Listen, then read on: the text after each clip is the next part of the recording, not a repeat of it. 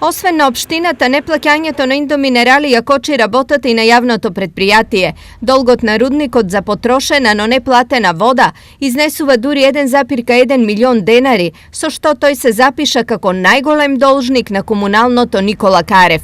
Поднесени се 2 тужби, долго што е доспеан за наплата, меѓутоа и покрај тоа можам да кажам дека дури имаме и игнорантски однос и некоректен однос од нивна страна, така што во крајен случај можеби ќе преземеме и уште порадикални мерки, односно крајна опција ни е исклучување од системот за водоснабдување.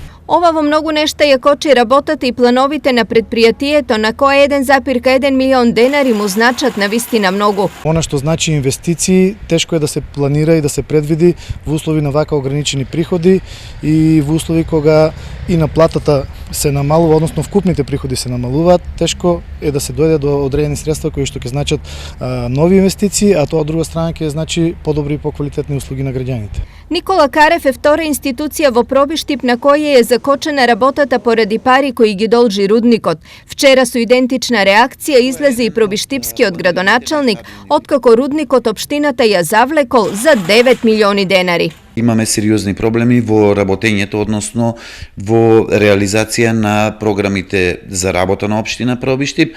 Пред се однесува на оние проблеми кои што ги имаме нотирано на барање на граѓаните или се однесува на реализација на програмата. Извори за телевизија Стар велат дека општината и комуналното предпријатие не се единствените спрема кои Индоминерали имаат долг. Рудникот должел за плати, придонеси, набавка на храна, материјали и слично.